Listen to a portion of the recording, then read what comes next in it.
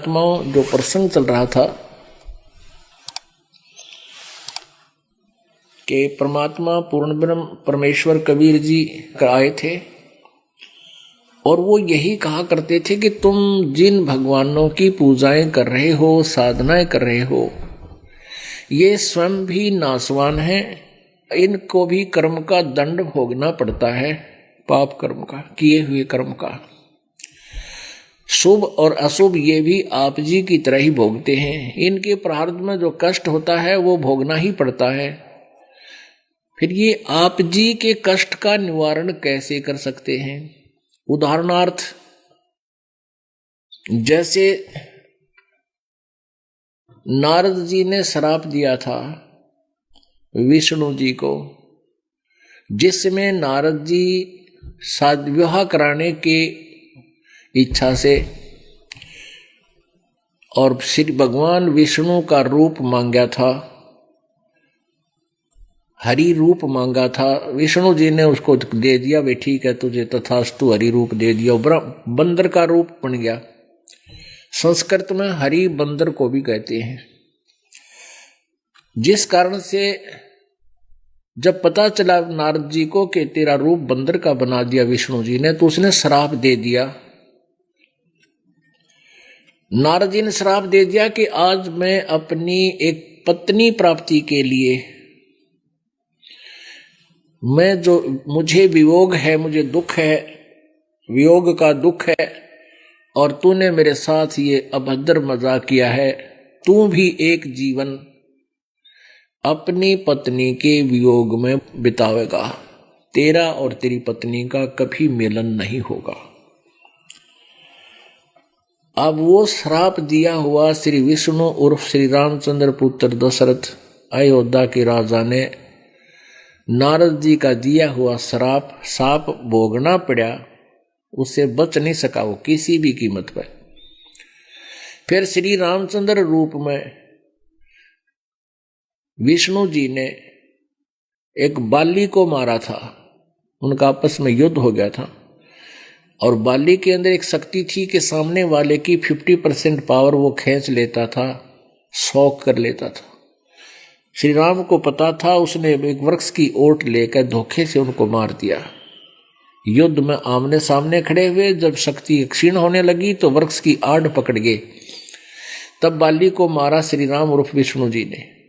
उसका tit for tat यानी उसका बदला भी कर्म संस्कार का भोग भोगना पड़ा। विष्णु जी श्री कृष्ण जी बने, यानी राम जी श्री कृष्ण जी बने, और वही जो बाली था वो शिकारी बना, और शिकारी ने श्री कृष्ण जी के पैर में विषाक्त तीर मार कर उनका वध किया। तब श्री कृष्ण जी ने स्वयं कहा कि भाई तेरा और मेरा ये पिछला टिट फॉर टैट था, आज मैंने अपना बदला दे दिया। उधर से दुर्वासा जी ने श्राप दिया था यादव कुल को, इंक्लूडिंग श्री कृष्ण, कि तुम्हारा नाश होगा इस कढ़ाई से जिसको तुमने गर्भ पर बनाकर मेरे साथ मजाक किया है, जिसका गर्भ बनाकर। क्या हुआ था कि दुर्वासा जी द्वारका की बनी में जाकर बैठ गया। बनी गांव के साथ का निकटतम जंगल होता था। उसमें पेड़ पौधे बहुत ज्यादा हुआ करते थे पहले। उस बनी में जाकर बैठ गया और उधर से श्री कृष्ण जी की महिमा लीलाएं देखकर जो यादव कुल बहुत अभिमानी हो गया था, साधु संतों का मजाक करता था, आदर सत्कार नहीं करता था।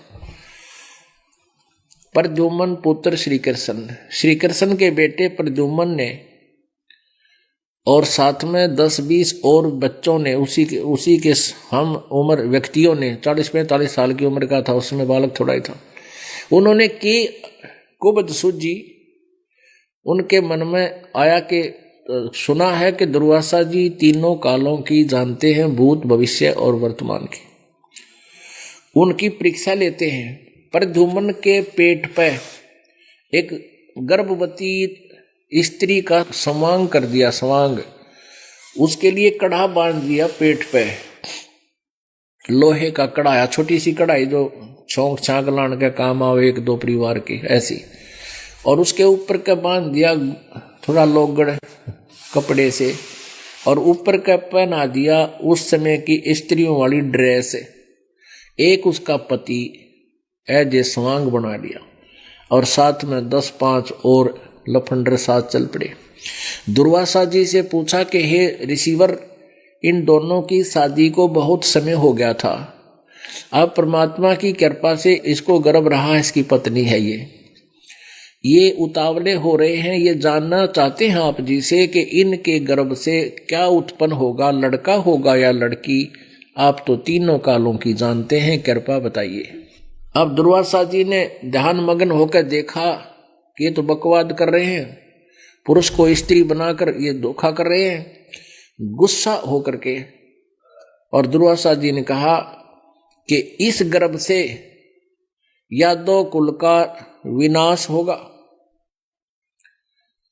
पुण्यात्मा, उसी कारण से 56 करोड़ यादव आपस में प्रभास क्षेत्र में लड़का मर गए, और जो कढ़ा था लोहे का, श्री कृष्ण जी ने बताया था कि इसको घिसा कर जमुना में डाल दो, ना रहेगा बांस ना बजेगी बांसुरी।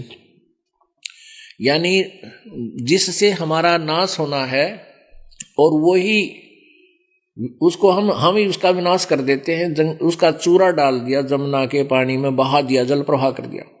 उस चूरे का तीखे पत्तों वाला ईंख जैसा घास उग गया इस सरकंडे, और उनके इतने तेज पत्ते हो गए जैसे कुसा देखी होगी, डाब जिसने बोला, उसके पत्ते बहुत तेज होते हैं, और उंगली का जरा सा लग जाए ना, टपेटा लाकर खींचना चाहो तो काट देवा, और उससे भी तेज धार के तलवार के से पत्ते हो गए। और श्री कृष्ण जी ने बताया था कि तुम्हारा दुर्वासा जी का दिया हुआ श्राप नष्ट हो जाएगा, तुम जमुना में स्नान करके आओ। सभी नर यादव नवजात शिशुओं को भी ले गए श्राप उतारने के उद्देश्य से, कि जल में नहाएंगे, जमुना में नहाने से हमारा श्राप उतर जाएगा। पर भास क्षेत्र विशेष स्थान बताया जहां पर वो चूरा डाला था, वो चूरे के सरकंडे हो गए। तो उस आपस में वहां जाकर वो लड़ पड़े, और लड़ते लड़ते सरकंडे निकालने और एक दूसरे